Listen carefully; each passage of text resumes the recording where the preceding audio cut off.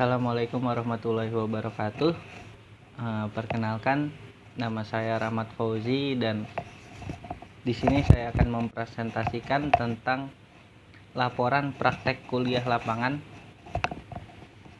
yaitu dari Sastra Inggris 2018, Fakultas Komunikasi Sastra dan Bahasa.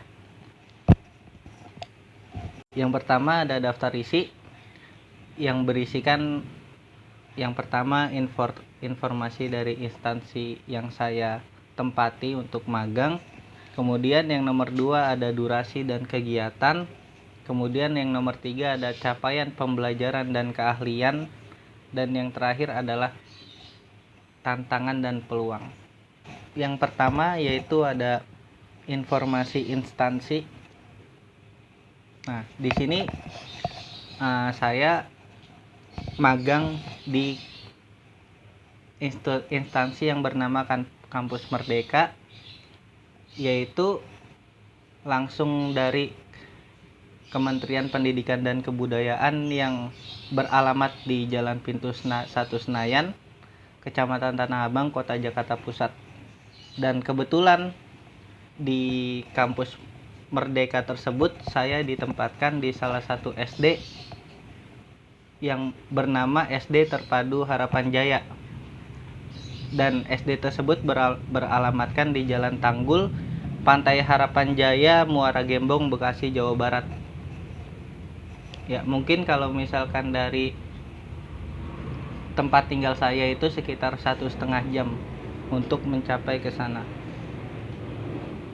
Lanjut, yang nomor 2 yaitu durasi kegiatan.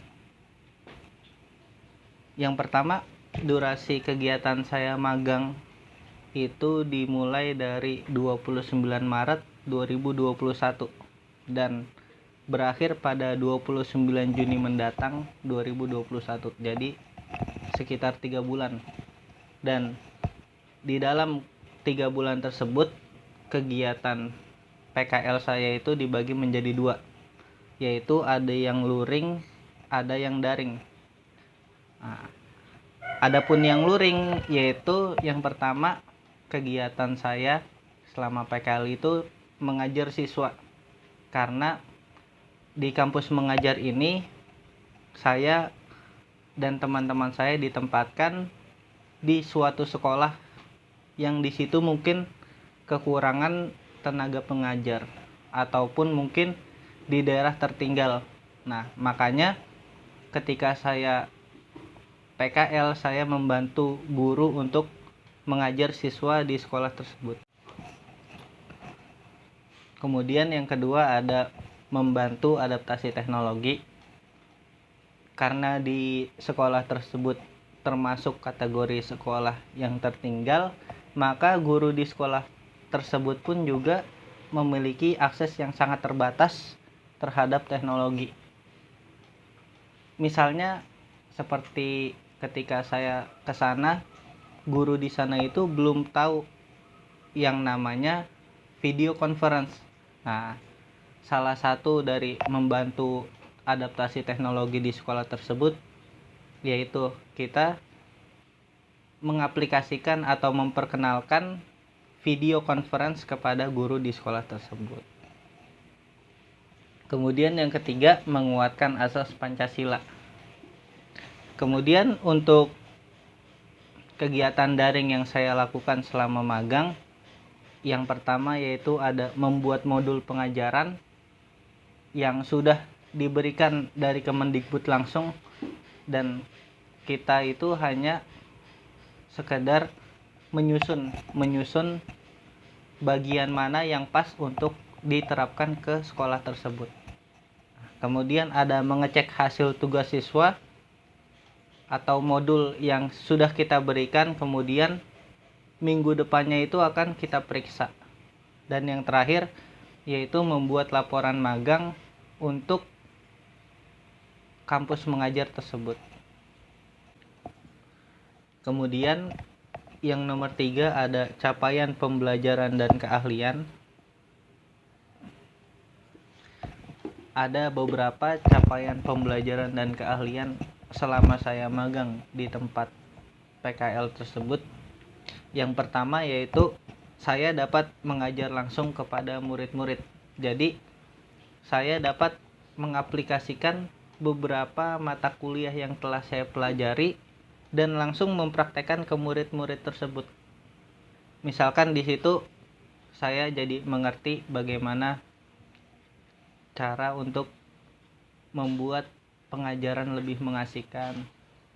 Kemudian yang nomor 2, saya dapat mengetahui beberapa macam murid dalam proses pengajaran tersebut.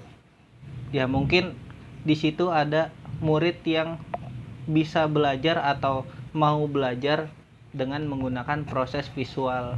Ada juga murid yang di situ ketika dikasih tontonan itu tidak mau, tapi ketika dikasih audio atau dikasih lagu-lagu, nah itu dia malah semangat belajar. Nah, kemudian yang ketiga, saya bisa belajar untuk bersikap profesional terhadap pengajaran. Jadi saya mengerti kapan saya harus serius dan kapan saya harus bercanda. Seperti halnya ketika di situ murid-murid sudah bosan atau jenuh dalam belajar, maka saya menerapkan yang namanya refreshing otak atau membuat mini games untuk merefleksikan otak mereka agar lebih bisa untuk belajar. Kemudian yang terakhir yaitu saya dapat membuat sistem pengajaran di sekolah tersebut seperti halnya membuat modul dan juga membuat project based learning atau PJBL berdasarkan kebutuhan mereka. Jadi misal di suatu sekolah atau suatu kelas itu misalkan mereka sangat kurang dalam hal membaca, maka saya di situ memfokuskan modul saya dan project based learning saya di dalam segi membaca. Kemudian yang nomor 4 ada tantangan dan peluang. Nah, untuk tantangan yang saya hadapi selama saya PKL ini yaitu mengaktifkan kembali sekolah yang sudah lama tidak kondusif. Nah, karena di awal pandemi itu sekolah tersebut itu sama sekali tidak belajar, bahkan selama satu tahun kurang lebih. Nah, jadi itu menjadi tantangan tersendiri buat saya untuk mengubah sekolah tersebut agar bisa lebih kondusif. Kemudian yang kedua, rendahnya minat belajar dari siswa dan orang tua. Itu juga merupakan suatu tantangan tersendiri bagi saya karena walaupun masih masuk ke dalam Kabupaten Bekasi, tapi di situ minat belajar dari siswa maupun orang tua itu sangat rendah. Kemudian yang ketiga ada kurangnya perhatian dari lingkungan sekitar. Ya, seperti halnya ketika saya pertama kali datang ke sekolah tersebut itu sudah sangat kumuh. Sudah seperti bukan sekolah. Kemudian yang terakhir ada kurangnya kepedulian dari pemerintah. Nah, kemudian untuk peluang saya selama saya menjalani PKL ini yaitu saya memiliki peluang untuk merambah di dunia mengajar dan menjadi seseorang yang lebih profesional dalam menjadi guru. Dan yang terakhir ada beberapa dokumentasi saya selama saya magang. Nah, yang pertama ada ketika saya bersama teman-teman saya ke Dinas Pendidikan Kabupaten Bekasi. Kemudian ada ketika saya mengajar, kemudian ada ketika kegiatan bersih-bersih di halaman sekolah. Mungkin cukup sekian materi atau presentasi yang saya sampaikan. Kurang lebihnya saya minta maaf. Wassalamualaikum warahmatullahi wabarakatuh.